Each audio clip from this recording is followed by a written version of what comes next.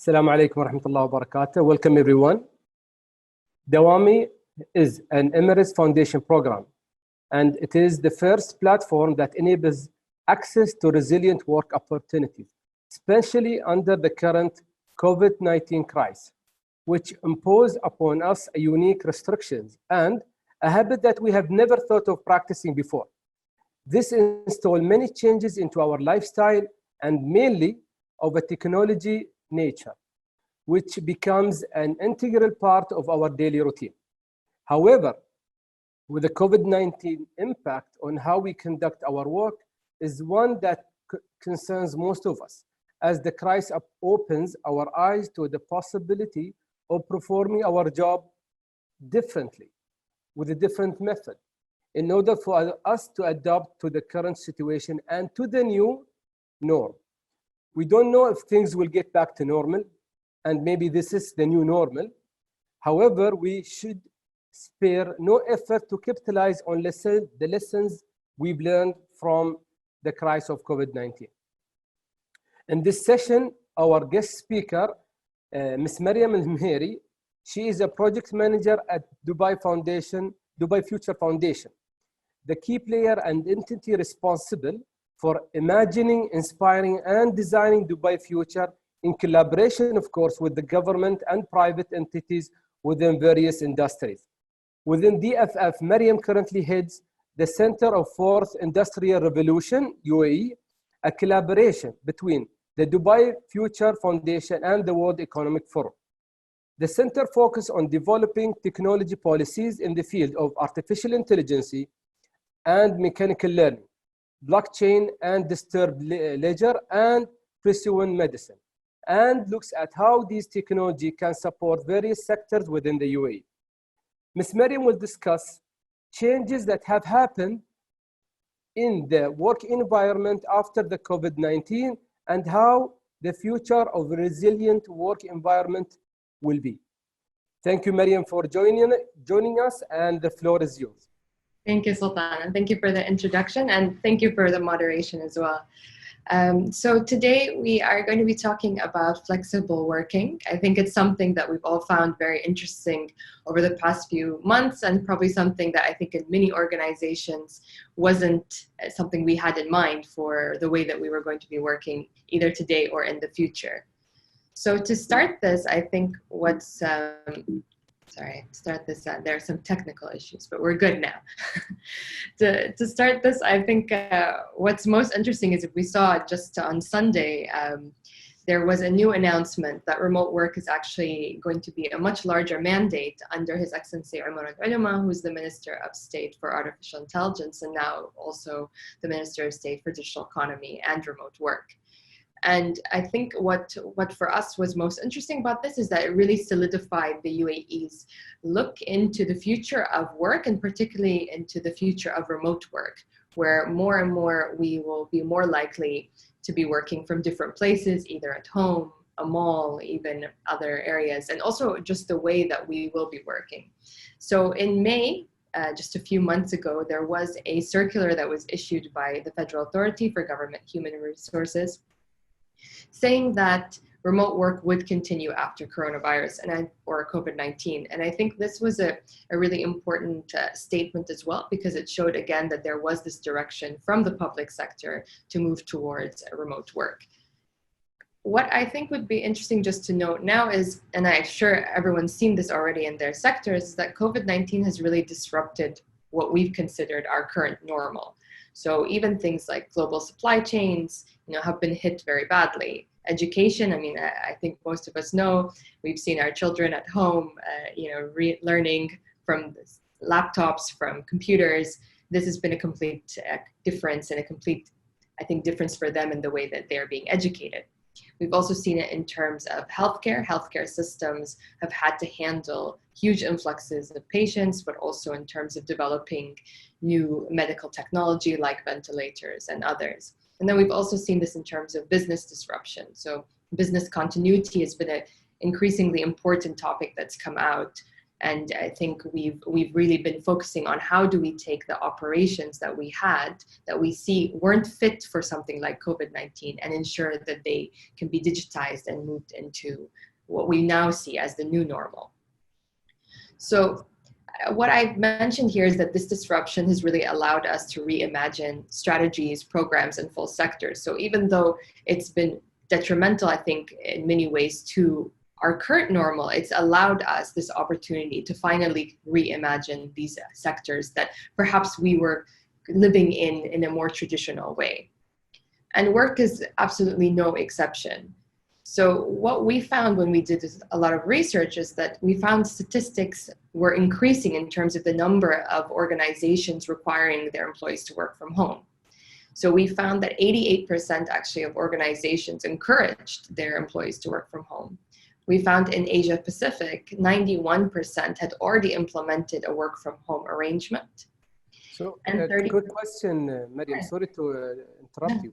Where is the 9% among the 91% in a specific Asia?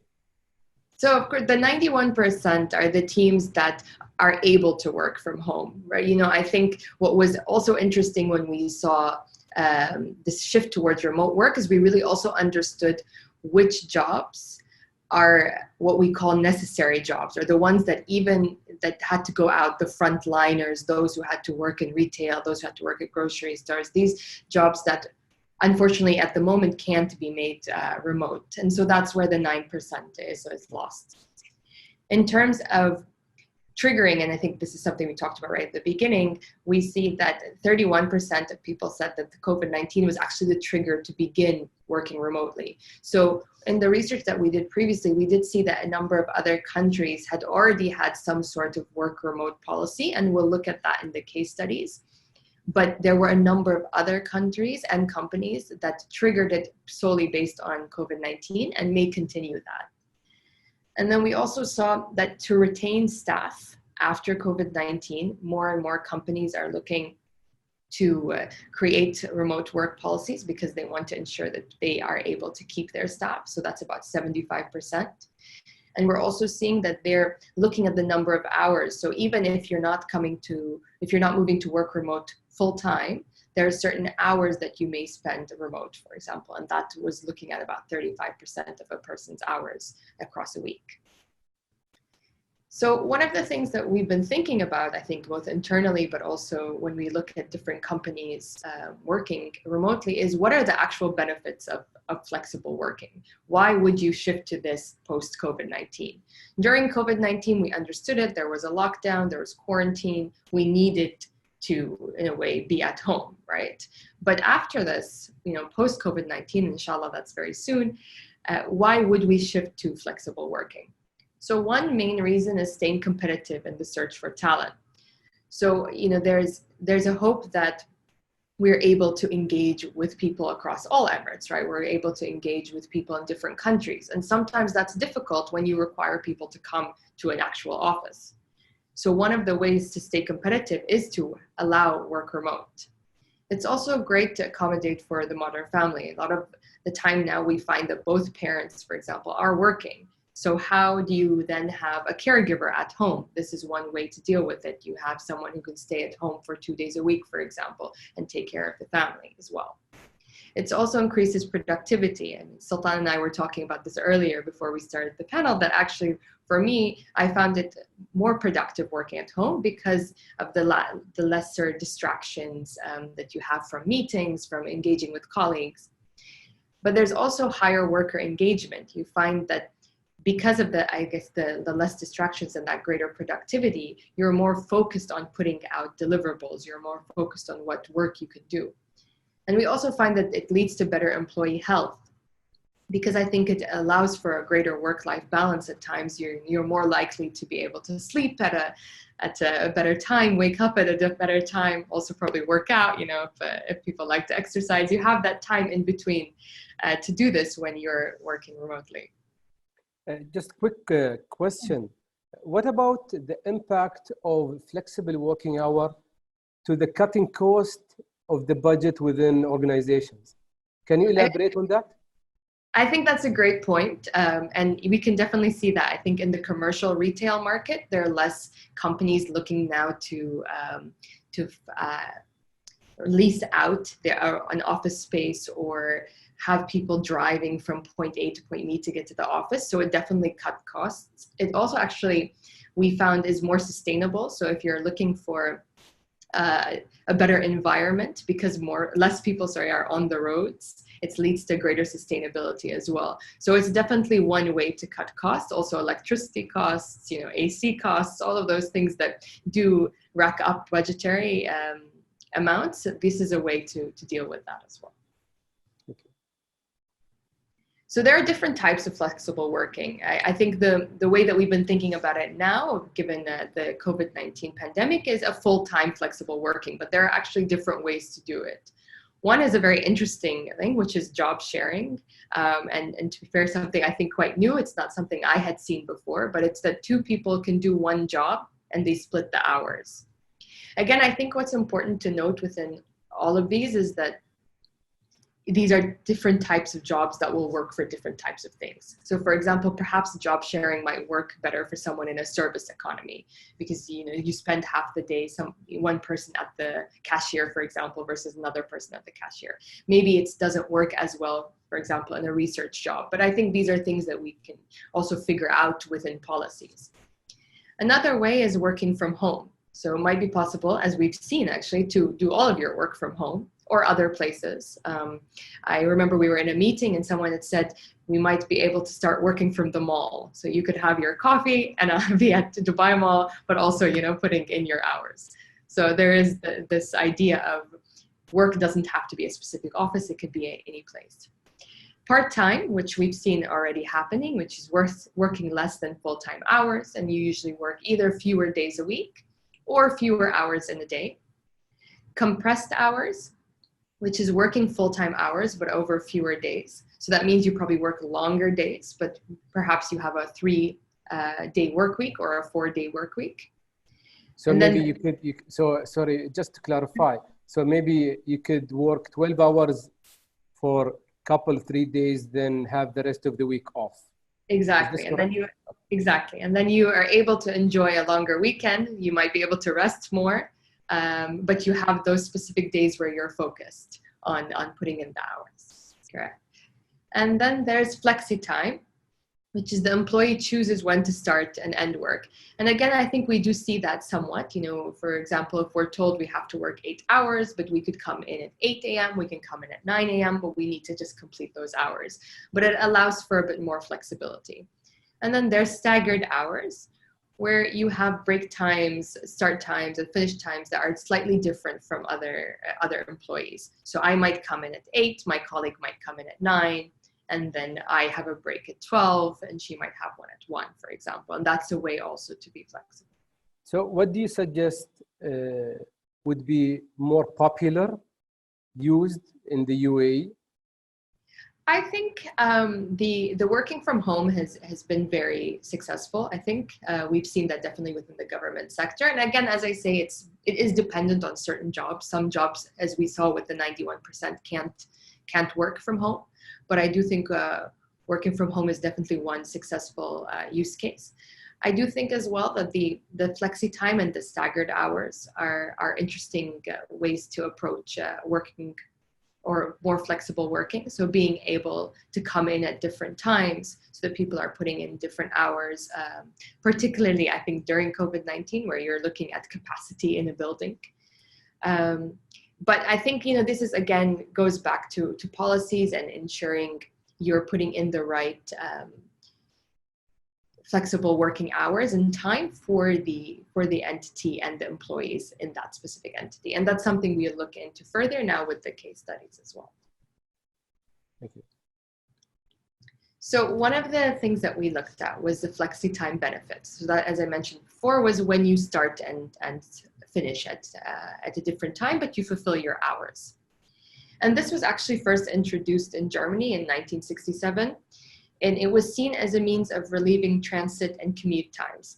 So not so much now during COVID-19, but I'm sure we've all been on the road for long periods of time. I'm from Sharjah, so going into Dubai means I'm probably in traffic going back and forth for a few hours. And so this was a way to deal with that. So if I left, for example, at 8:30 or 9 and got to work by 10, I'm more likely to beat traffic. And leaving later, for example, or leaving earlier, again, I'm more likely to beat traffic. So this was one thing that Germany put in as a way to also attract more women with family responsibilities into the workforce, because they were giving them a specific time based on their schedule that they could go into work and leave work.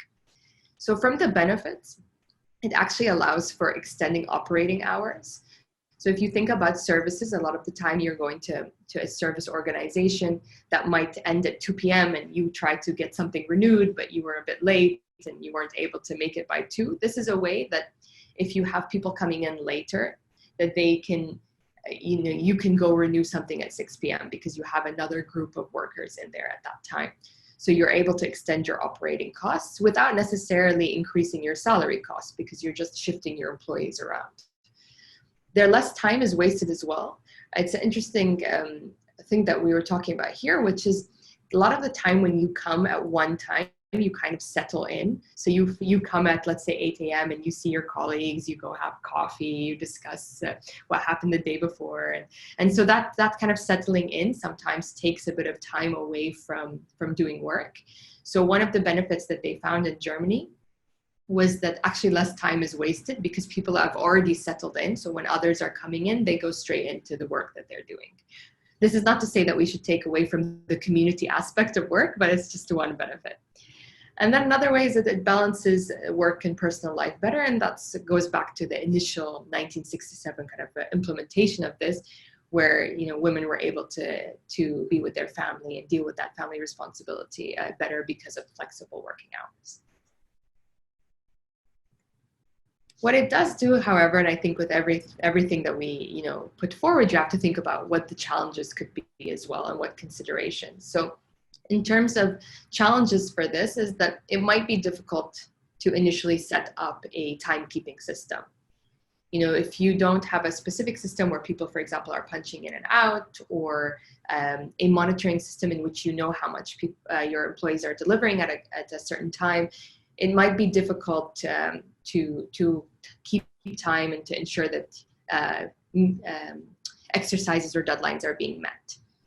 And that's also means that places a heavier burden on managers. So in terms of communication, supervision, scheduling, again, that kind of monitoring access becomes more of an issue and something to think about.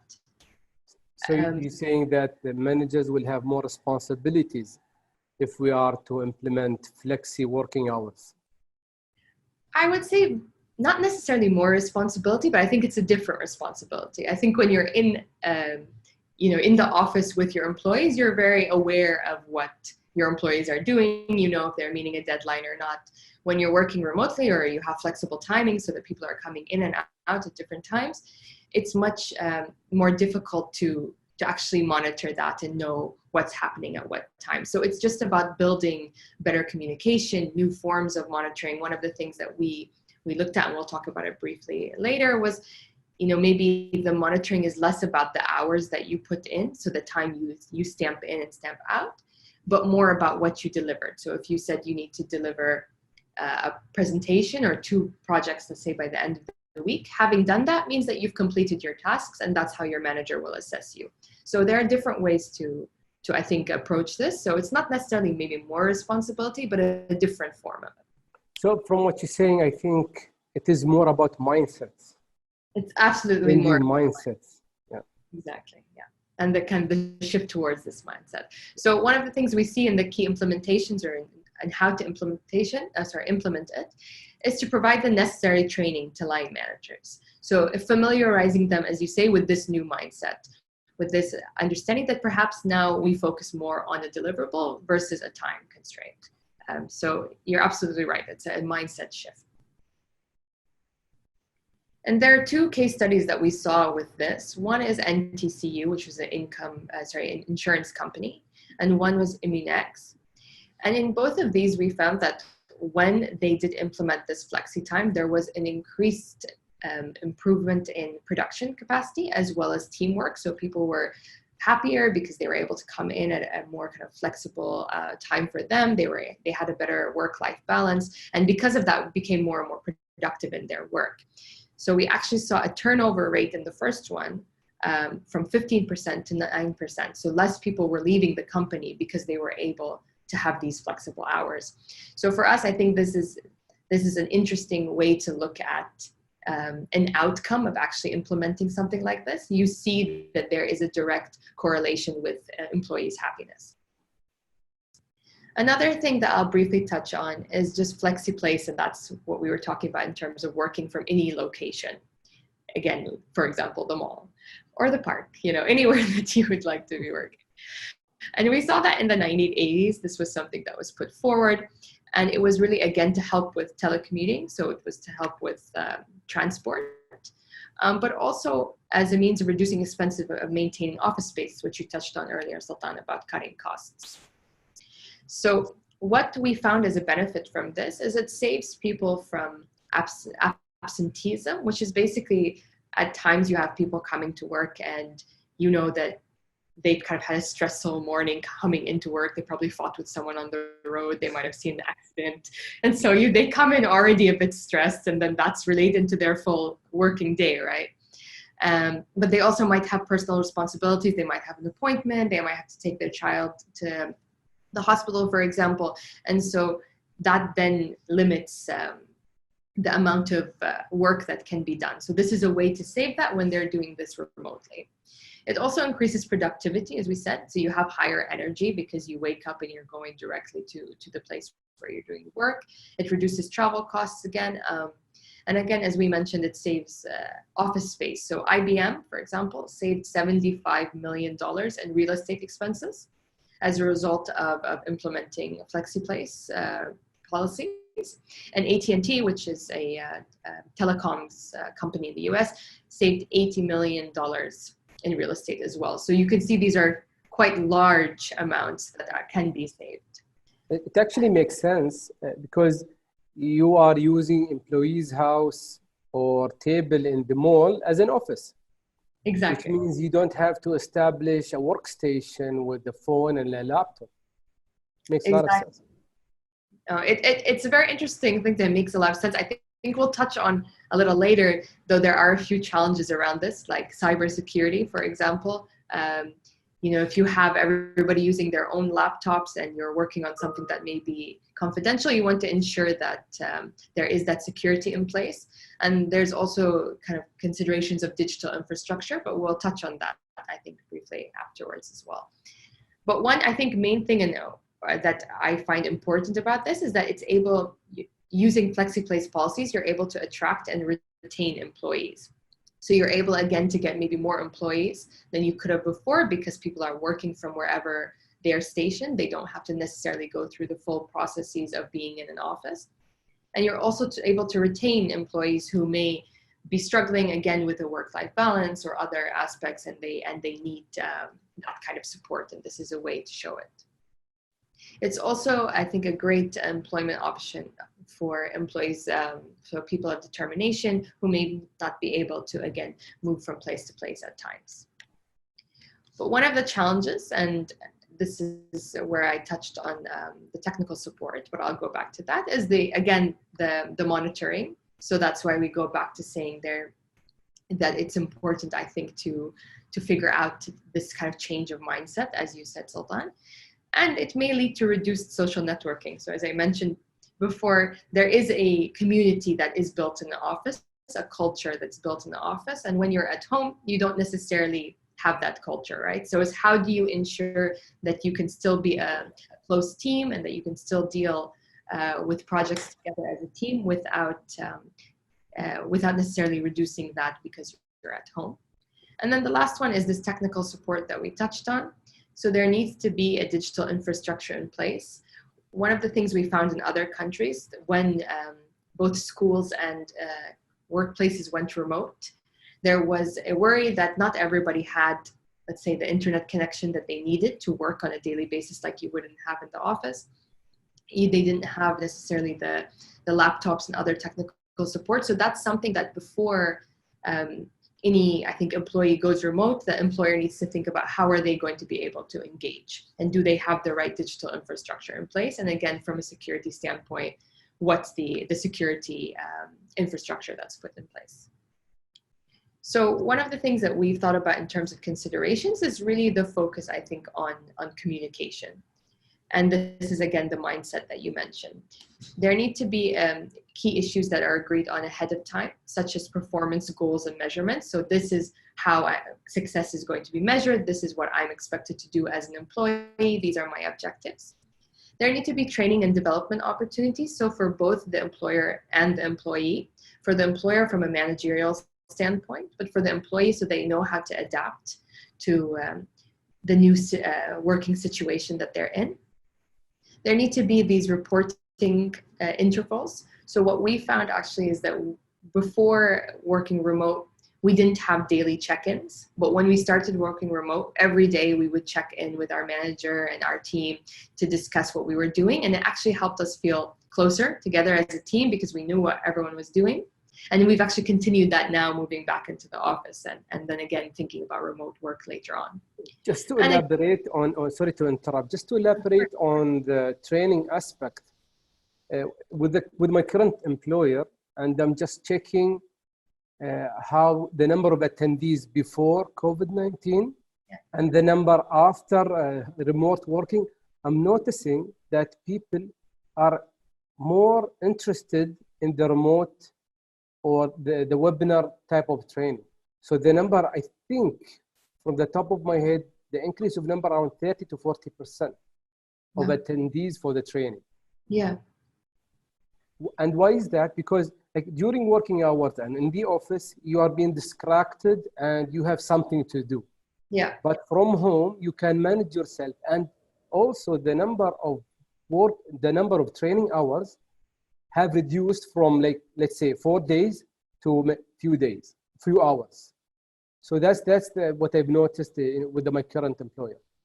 No, and I think you're right as well. And what was interesting, especially with the webinars, because I think we all saw during COVID-19, there were more and more of these webinars, is that it's actually great for access, because in an event, for example, if we have in our space, we can only fit, let's say 40 people, 50 people. So you're actually limiting a number of audience members who'd be interested in a project like this or a training session like this, but are unable to come. So something like a webinar and something that's done virtually allows over 100 people to be attending this from their own home. And I think that also creates that engagement. So you're absolutely right. Just to continue to keep moving, because I know we're also looking at our time here. One of the other countries that we looked at was Great Britain. And the government there actually put in their own flexible working policy. So actually in Great Britain, all the employees have the legal right to request flexible working. So it's not just for caregivers, where in some other countries it's very specific to caregivers. But the employee must have worked for the same employer for at least 26 weeks to be eligible. And I think that's an important point, because it means that, if you just join a job, it's probably maybe a bit too ambitious to initially ask for remote working, because the employer doesn't necessarily know you. You haven't built a team. You haven't built that communication with your employees or your other team members. But once you have, it's much easier to then move into working remotely, because you already have that good communication. So the way that they've been doing it in Great Britain is that they actually ask for an application. So you apply to work remotely, and then they assess the advantages and disadvantages of this application. So they assess whether it's actually going to make this employee, let's say, more productive. How is it going to help the team? How is it going to help the deliverables? They also hold a meeting to discuss this. So they go through, similar to the communication that we just touched upon, what are the goals? What are the objectives? How is this going to be dealt with working remotely? And then they offer an appeal process. So this appeal process is if, for example, the employer refuses the application or rejects it, you can come back as the employee and say, actually, I think now I've looked back on this, I figured out how to deal with, these gaps in my process, and now can I, appeal again to have this working remote opportunity. And so we have 3 case studies on that. One is Procter and Gamble. And so they reported an increase in productivity as well as more satisfied and motivated workforces, because again, I think they had more energy, they were able to have that work-life balance. And it also saved them from office space. They were able to pass a lot of that budget, for example, onto employees to help with customer satisfaction as well as product quality. In IBM, they moved 2,300 employees onto remote work almost full time, and they saw a productivity of about up to 50%. They also saved, as we mentioned earlier, about $35 million in office space. IBM, though, is an interesting one because I'm not sure if you saw these videos that were going around during COVID-19 on IBM and how actually IBM had implemented a full remote work system, and then they actually went back on it because they found that employees weren't as innovative. So I think there does need to be some sort of a balance, but that goes back to being able to have that communication ahead of time before you go remote, because then you already have that good relationship to develop those ideas. And then we have Nortel, which did about 50% of Nortel's 80,000 employees worldwide moved into a home-based program, which is a telecommuting or work remoting. And they saw a 24% improvement in productivity, as well as 10% improvement in satisfaction, as well as a 24% reduction in turnover. So less people were leaving the company, and they saved costs. So you can see from each of these, there's a benefit to doing this. Then we have just 2 more. Norsk Hydro had working hours that were full-time but flexible. So people were coming in, but they had a more flexible timing, and this increased productivity as well. And then we see it with the Guardian newspaper, where they had people coming into the office 2 or 3 times a week just to kind of deal with these meetings and other work. And the managers report the increase in productivity of 10 to 20%. So again, there's an obvious correlation between doing this and employee satisfaction and productivity. And to kind of conclude, so we have just a few more slides to go through. There are a few companies now that are really looking to adopt this after COVID-19. I think one of the main ones that we saw just a few months ago was Twitter. And Twitter had actually announced that no employees needed to come back to the office. Of course, with Twitter, I think it's much easier because they're already an online platform. So a lot of that can be done remotely. So again, this is important to think about jobs that can't necessarily be done remotely and how that's dealt with. But what we've seen is that almost 1/5 of companies globally are planning to transition to full remote work policies. And then 89% are planning at least partial remote work policies.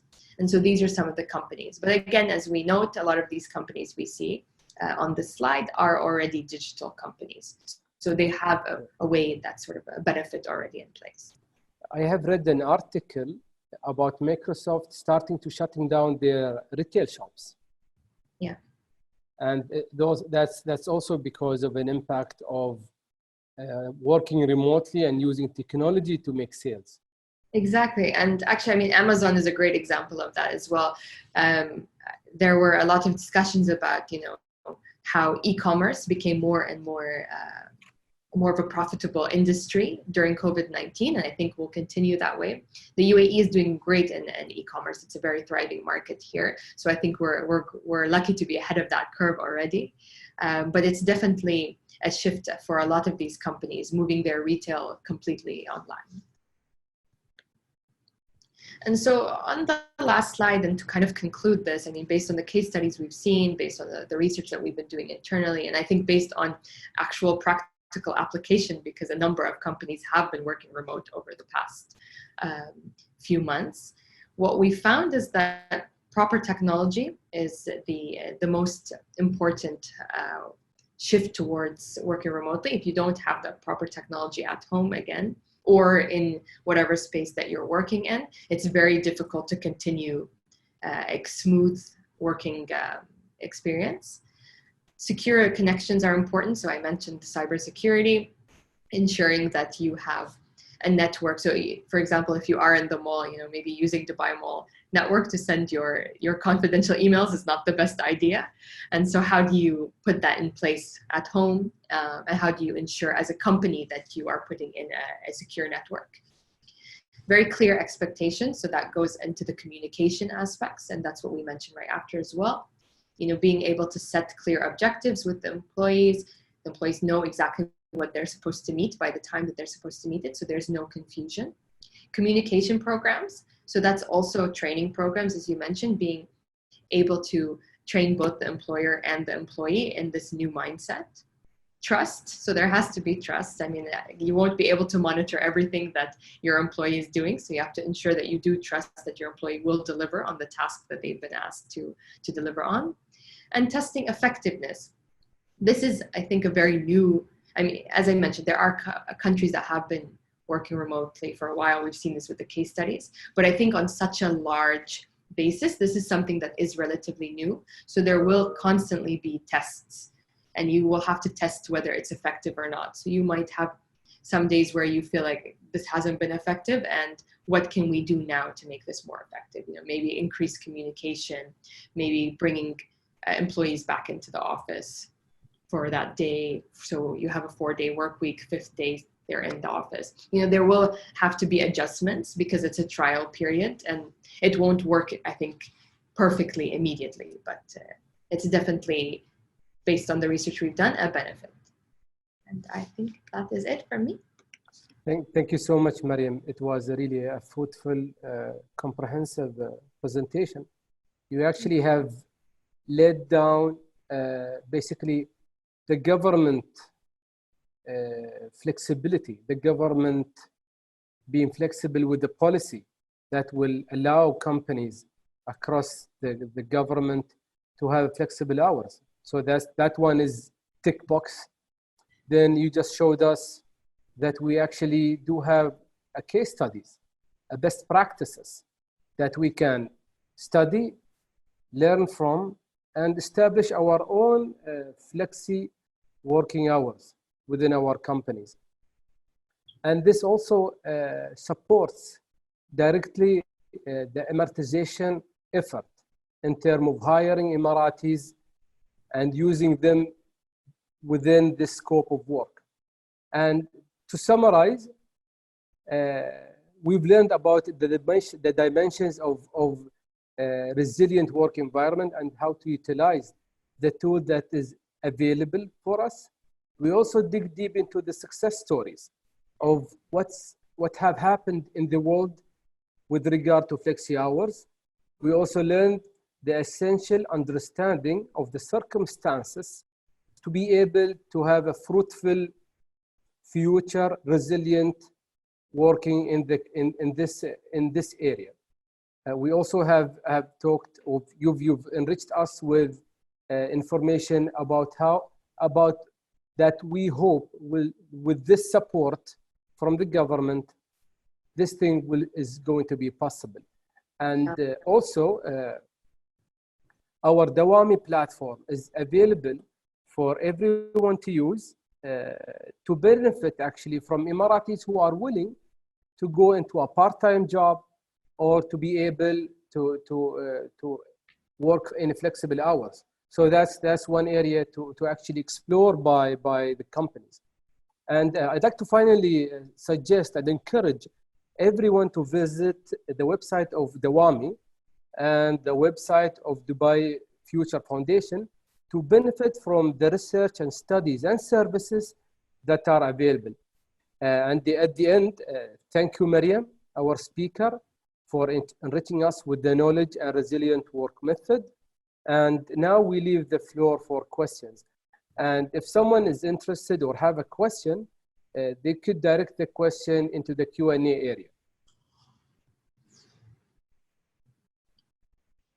Starting with the first question, there is a question, Mariam. Do you think the amount of part-time employees will increase? Maybe, do you think that the number of part-time employees will increase? I do. I think that what this period has shown us is that actually work is a lot more flexible than we initially thought it was. And so even the way that employers are becoming, I think, is more flexible as well. I think initially, if employees had come and asked for part-time benefits or had asked to work remotely, that wouldn't really have been something that an employer would have said yes to initially. But now that we've seen it has been successful, I do think we will shift towards different forms of working, and part-time being one of them. Sure. And there is also another comment that Abu Dhabi Customs made a white paper research about the impact of COVID-19 on employees' performance and the overall recommendation. How can we contribute with you as a case study? No, first off, that's amazing. So thank you. It's always great to hear about other work that's being done. We would love to read the white paper and to work on maybe another project around this. I will say that our work on work is not necessarily our kind of main focus. We were looking at trends in kind of different areas, but I think that kind of background research that's been done by others will help us then think about things like well-being and other forms of productivity. So we're more than happy to read that and to reach out to you. So if they can just direct it my way, I'd be more than happy to. Also, just to elaborate more on this, you've mentioned something during your presentation about the check-in. And this check-in technique or tool is real. It has to be used by everyone to make sure that there is synergy between the manager, his subordinates, and the colleagues together within the company. So check-in is something really important to keep doing. Also, there is a question here. Would there be any social impact? I like this question. Will there be any social impact with flexible working? I think so. I think one of the main things that you see right at the beginning of the presentation is we comment on the employees' well-being and health. So I do think there will be a number of social impacts. One, from an internal level, so your own well-being. There's the ability, as I mentioned, to be doing other things outside of work and to have that time to benefit and to balance. But I also think it's good for the family dynamics. A lot of the time we spend so much time at work that leaving work and being with family is much harder. And I think during COVID-19, there was this kind of resurgence of family and community because people were at home. So I think that definitely leads to further social impact. And I think it also leads to a more clean society, as we talked about in terms of energy, in terms of sustainability. So, less people on the roads, less pollution. So the kind of carbon dioxide is limiting as well. So there's also that. So I do think there are a number of consequences, and I mean positive consequences of working remotely that we don't initially think, but that are actually on a more social level. Another question from Fatma. What happens to the engagement of social human capital building in the remote working? Yes, so this is a really good question. And I can't say that I have the perfect answer for it, because I think that this is something you have to constantly test. As I said earlier, what we found when we moved remotely was that if we had check-ins every day in the morning, we felt that there was a connection with our employees or our team. So, we were able to find out what everyone was doing. People are in a way more human because you see them in their home, you see them with their children, you kind of in a way already engage differently with them. And that helps the connection and the communication.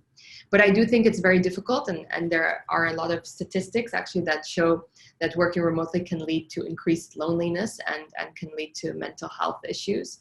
So it's definitely something that needs to be addressed. And that's why, at least I think from my standpoint, having a day or two where you do go into the office, or certain activities that are put in place, even if they're put in place remotely, where it is the office that participates, you're then able to engage with people. So you're not just behind your screen, not engaging with anyone from the office, not having that communication. You're figuring out ways, even digitally, to have connections, or, even little, like we had town halls, we had little engagement opportunities. So I think that's a way to deal with it. But I would say there will always need to be a time where you go back into the office, I think.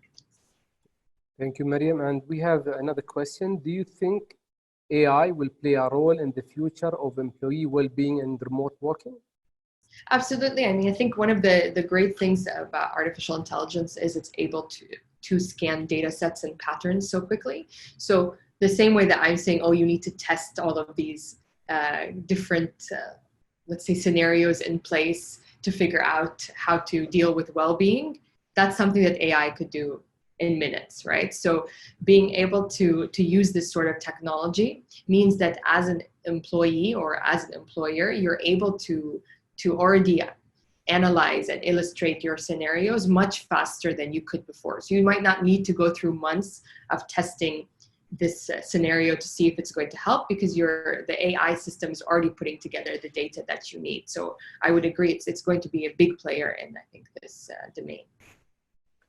Also, there is another question. Are there any specific consideration to address remote working options for Emirati employees, especially or specifically? So I think, again, and maybe I'm not the right person to answer this because I don't come from an HR department, but I would assume that would be the case. Again, particularly to ensure that those who may be in remote areas or maybe in more rural areas are able to engage with jobs and not necessarily have to drive from the places that they are in to other areas. Okay, and this is just a comment or maybe a question to Dawamee. Is going to be a variety of new part-time jobs from Dawamee in Abu Dhabi. I have noticed Dubai offers a lot of interesting jobs. I wish if this was in Abu Dhabi. I'm sure our colleagues from Dawamee is hearing this comment and they will take it into consideration. We have the last question. Do you think having flexible working can be a reason to attract talent? Could it be one of the benefits that job seeker consider? Absolutely. I think it's actually one of the main reasons that you would move towards flexible working. And that goes back to what I was just saying about there are great people who are living in areas that may be obstacles to finding other jobs. And that shouldn't be a reason to lose out on those employees who have so much talent and are extremely talented. So I think flexible working will offer opportunities the same way that we were mentioning kind of webinars became easier and more accessible because more people could come onto the webinar. This will be the same thing with flexible working. You'll be able as an employer to open up jobs to people who aren't necessarily going to come in to be interviewed or come in to have that job. You can open it up to people who you may never meet in person, but you have these Zoom meetings and you have that connection already. So it's definitely one of the main reasons to shift towards flexible work. I have a question. Sure. do you think millennials will benefit from such a flexibility? I mean, it's interesting that you say that because I think we count as millennials, I think, but we're like at the top half of millennials, not like the new millennials. And I think for them, actually, it will be so much more enticing than it was for example, for me, because I'm used to working in an office. I'm used to my daily job. I'm used to going somewhere. So when we did shift remote, it seemed strange. But I think when I was talking to, younger people, not to say we're old, but younger people, there was already this interest of, yeah, well, what's the problem? I do everything online, like my social media, Instagram, all of that stuff is already done digitally. So I think it will be even more of an incentive for them because that's already the way that they've been living in a digitized community. Thank you so much, Mariam. We don't have any more questions. And at the end, we'd like to thank you, Mariam, for being our guest today. I'd like to thank Dawamee for giving me the opportunity to be a moderator in this event. Your moderator, Sultan Al-Dhahri, the HR manager from Al-Fu'a company. Thank you, everyone, for attending, and we wish the best of luck to future Dubai and for Dawamee. Thank you so much, Sultan. Thank you to everyone for organizing this and coming together. And thank you, Arwa, for all the work that you've done.